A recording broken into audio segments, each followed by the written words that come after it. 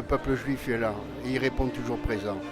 Et j'espère que demain à la manifestation, on sera encore plus nombreux.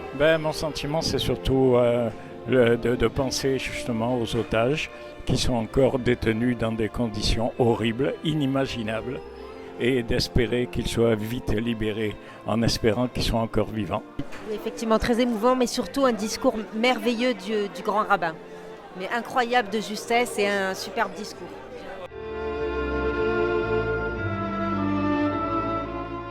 Notre rabbin a très très bien parlé et j'espère que le monde entier va pouvoir enfin voir les choses comme elles sont, c'est-à-dire voilà, le bien et le mal, comme l'a expliqué le rabbin. Les Juifs essayent de faire le bien, défendent leur pays, ne font rien d'autre que défendre leur pays. Voilà, on espère que la paix va bientôt arriver. Et que le monde entier va prendre enfin conscience que Israël se défend, n'attaque pas, ne fait que se défendre. Très touchant, vraiment très beau discours du rabbin et de toutes les personnes qui sont intervenues.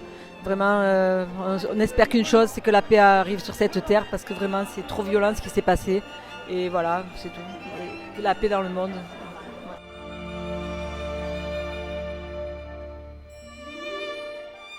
Par rapport à cette cérémonie, j'ai été beaucoup ému. Ça fait quand même déjà 1 an que Israël vit tout ça, qu'on vit tout ça parce qu'on est avec eux. Et c'était très émouvant. Le moment du film, du court-métrage, a été très dur. C'est de voir toutes ces images, de voir tout ça, ça a été vraiment très dur.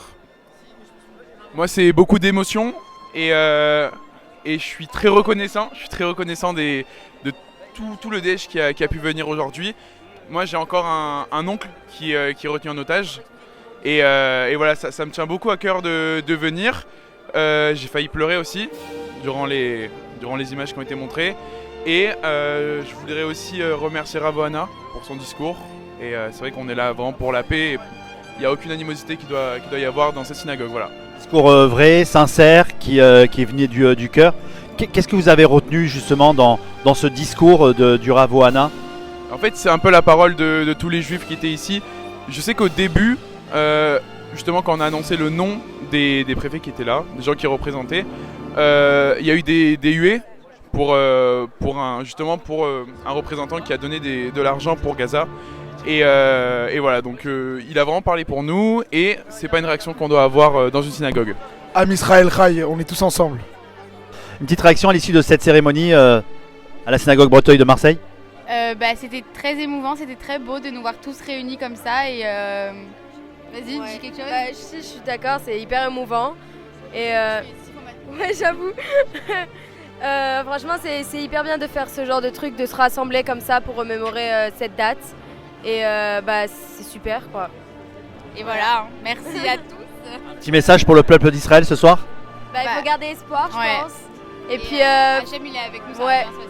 Ouais, je pense aussi. Et voilà, faut continuer à prier, coûte que coûte, et on va tous se retrouver en Israël. Amen. Si je veux. Amen. Voilà.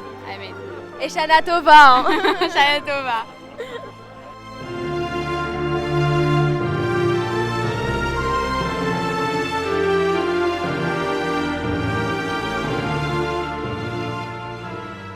Ce soir, à la Grande Synagogue, c'était une cérémonie d'hommage pour les disparus du 7 octobre 2023. Cette horreur qui s'est passée ce 7 octobre 2023, il ne faut jamais l'oublier. Et c'était important d'être présent aujourd'hui, aussi en plus parce que c'est Rosh Hashanah, donc la nouvelle année. Et habituellement, on est dans cette grande synagogue et les institutions souhaitent leurs vœux de paix, de douceur, de miel pour la nouvelle année. Là, on y était l'année dernière.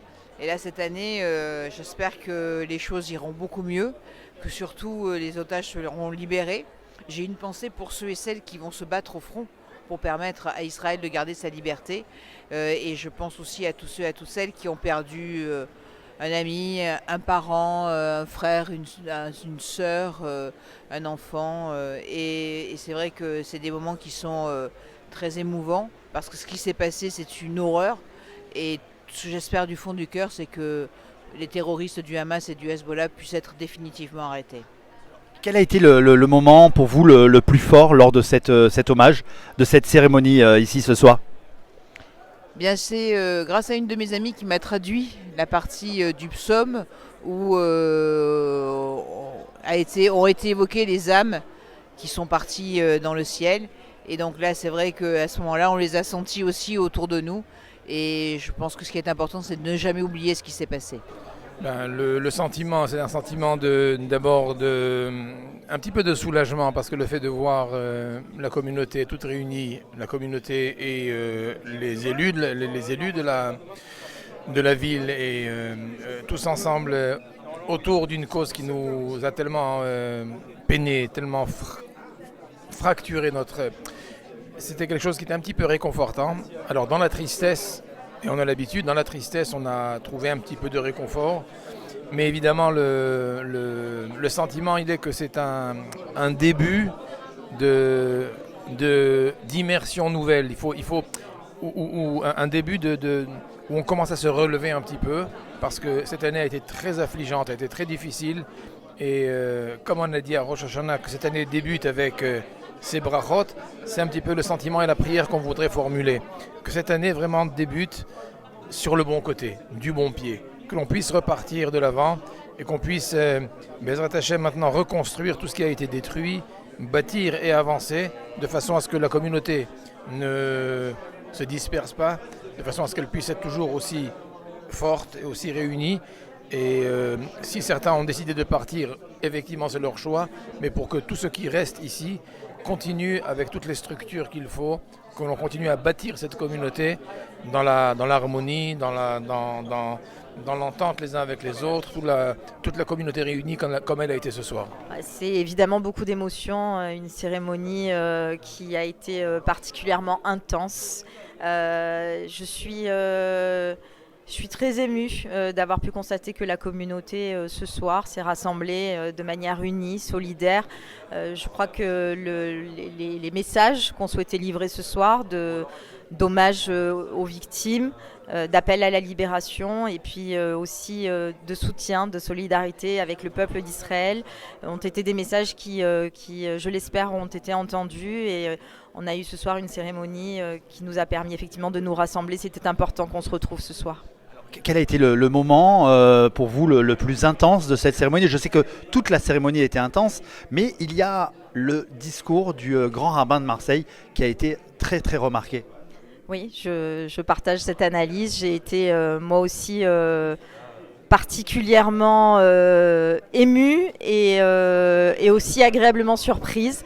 On l'a dit, c'est vrai que le grand rabbin ce soir est un peu sorti des sentiers battus. Il n'a pas l'habitude de prononcer des discours qui, en apparence, sont des discours politiques. Mais je crois que le discours qu'il a prononcé ce soir, c'était un discours de vérité. C'était important de placer des mots sur les mots ce soir. Et il l'a fait de manière particulièrement habile, de manière particulièrement pertinente. Et je partage chacun de ces mots. C'est important d'être là pour manifester notre soutien à toutes les victimes et en particulier aux otages et réaffirmer la nécessité de ne pas importer ce conflit d'une part et d'autre part de permettre aux Israéliens de se défendre parce que c'est une guerre existentielle malheureusement, même si une guerre n'est jamais bien. Et donc c'est important d'être là pour réaffirmer ça, mais en priorité, la libération des otages. Quel a été pour vous le meilleur moment de cette soirée? Alors, je sais que tous les moments étaient bons. On a eu un discours très remarqué du grand rabbin de Marseille. Quel est votre sentiment sur son discours justement? Écoutez, moi j'étais dans le recueillement, j'ai pas d'avis particulier sur tel ou tel moment. C'était un moment complet de bout en bout pendant lequel on était dans le recueillement, dans la pensée pour les victimes et dans la volonté d'affirmer encore une fois que les otages doivent rentrer chez eux. Mon sentiment est beaucoup d'émotion ce soir à la Grande Synagogue pour cette cérémonie à la mémoire de nos disparus du 7 octobre en Israël. Et un petit réconfort, c'est de voir cette communauté juive qui a répondu massivement présente ce soir à la Grande Synagogue. C'est bien la démonstration de la souffrance de toute notre communauté suite aux attaques du 7 octobre.